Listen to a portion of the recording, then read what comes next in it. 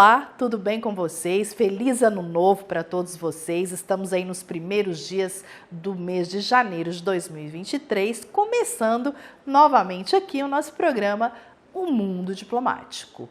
Como todos vocês sabem, passamos aí por uma nova posse presidencial. Eu acompanhei tudo, estive no Palácio do Itamaraty o dia todo, acompanhei visitas de delegações, estive na Embaixada da Alemanha, com o ministro francês, com o presidente de Cabo Verde, com o presidente de Angola e hoje inicio essa entrevista aqui com o ministro Riyad Maliki, que é o ministro de Relações Exteriores do Estado da Palestina, que conta pra gente aí a sua experiência de participar desta posse do governo Lula.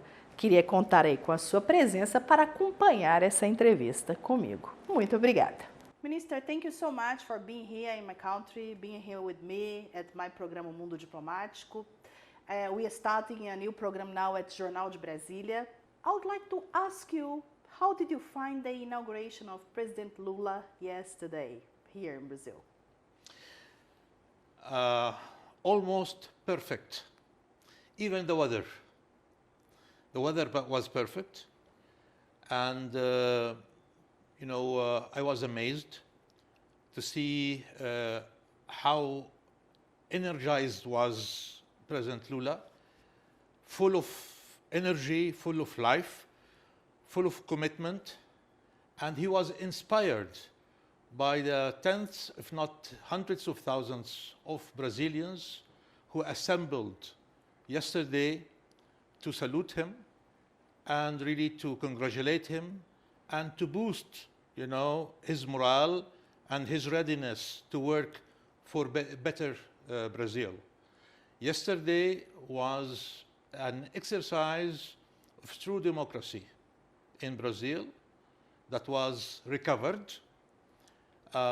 Yesterday, it was an assembly of almost the whole world in Brasilia to witness and to put their signature on the return of the true democracy to Brazil, and that President Lula is going to act in a new republic where changes will take place and people in Brazil will feel it. We, as Palestinians, coming from that far, we wanted to witness this moment. We wanted to be present during this historic event. And we wanted to say that despite the distance, Brazil is so close to Palestine, and Palestine is so close to Brazil. Yesterday, I enjoyed the whole event, despite the fact it was too long for me. Yes, the whole day almost. Yes, yeah. it was a whole day, but it was fantastic. I want to congratulate you, to congratulate President Lula, to congratulate the Brazilians for an excellent event yesterday, for the return of democracy to Brazil, and for that Brazil will assume its full leadership and responsibility at the international level. You're right. I must say, as a journalist, I was there at Itamaraty Palace, and I saw all my colleagues from the press. I saw even people crying. I was shocked because I had that feeling also, but I thought it was just myself that I was too much emotional, but not. I saw many people crying from the press yesterday. It was a relief for us also, I must say that. And Minister, what's your expectations now for the relations between Palestine and Brazil with this new government? True. We came with the new hope that we will find in Brazil with Lula the Brazil that we knew. And frankly speaking, I saw that in his eyes when I spoke to him yesterday. I heard him speaking to me directly, and I felt it with his emotions when he braced me, with his powerful hands. And then, of course, he showed the two fingers that we will work for victory. For me, that's very important. We felt we lost that in the last 4 years. And frankly speaking, we found the true Brazil again. And we do believe that Brazil will continue supporting the right cause of the Palestinian people for their freedom and for their independence. It was President Lula who recognized the state of Palestine during his previous tenure. And we believe, as he said yesterday, that Brazil will stand and steadfast in support of Palestine in international forums. This is really very important. When I met also with the foreign minister, Mauro Vieira, he reiterated the same position, that Brazil will always stand, with the just cause of the Palestinian people, and that, we can count on Brazilian support in international forums. That's very important. We need, Brazil to stand with us. It will make a huge difference when Brazil stands, with Palestine, with what it means in terms of political weight, but also economic weight, even demography. It is very important. Brazil is an influencing country. It's not any country. It's not a big country. Brazil opens their speech at United Nations. Yes, of course. It always opens their speech yes, at of course. United Nations. That's right. That's very important. But also, Brazil is an influencer in international politics. It's a country that can influence many other countries. Many other countries look at Brazil as an example to follow. And so it's very important. Brazil does not represent only Brazil. Brazil represents many other countries, in international forums. And that's why it's where Brazil has its own importance. The Brazilians should be, always, should understand that and should be proud of how the world looks at Brazil.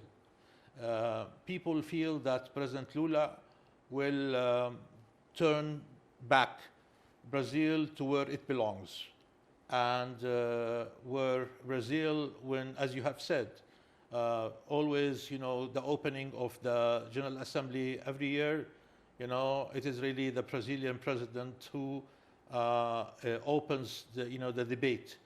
And the tone, the political tone of that speech has its echo, around, in the whole, but beyond.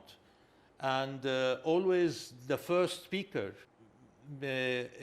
has certain influence where his or her voice is kept, in the back of our heads. And so we missed President Lula in the United Nations, and we will be more than happy to be there, waiting to listen to him, because he does not only speak about Brazil, but always, his speech reflects international politics, and it really sets the tone of what to expect from Brazil internationally.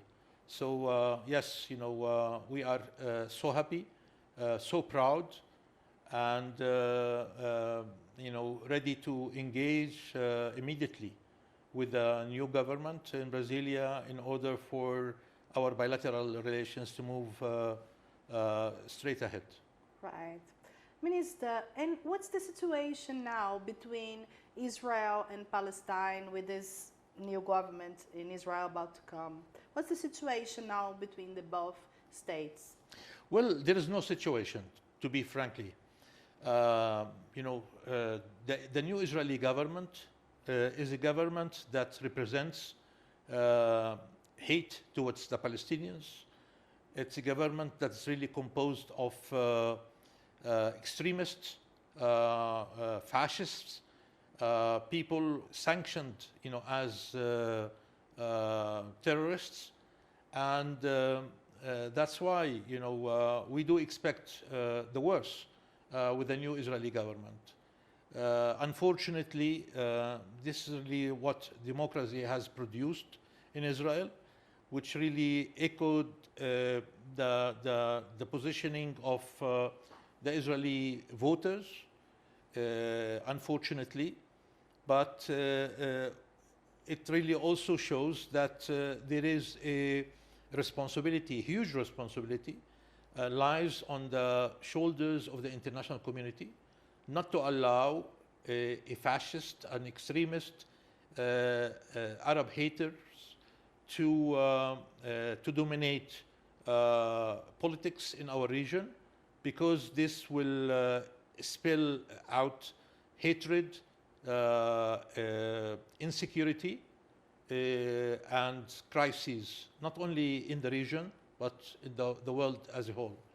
And so the responsibility, the collective responsibility of the international community is how to prevent such government from,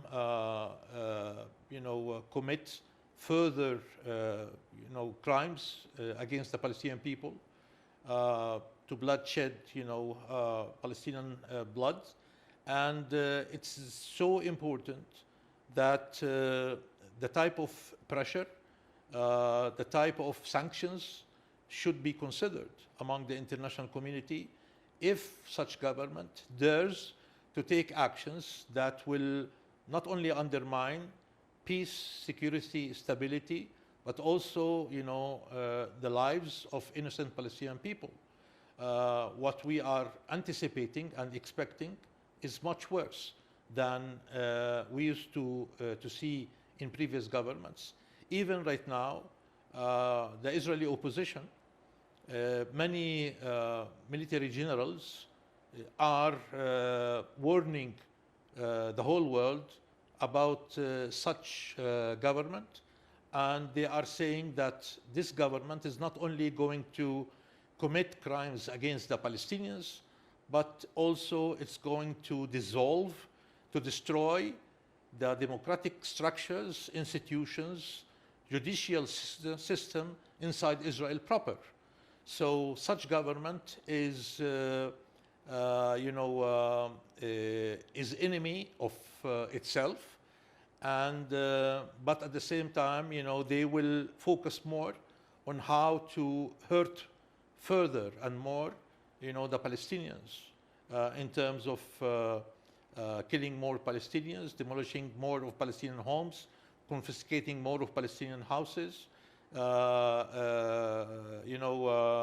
and building more of illegal Israeli settlements, moving in illegal settlers into Palestinian territory, etc., etc. All these illegal actions that Israel will continue to commit in violation of international law is a reflection of the type of actions and policies that the current Israeli government will undergo, but also it requires from the international community serious consideration how to deal with such government in a way to prevent atrocities being committed against the Palestinian people.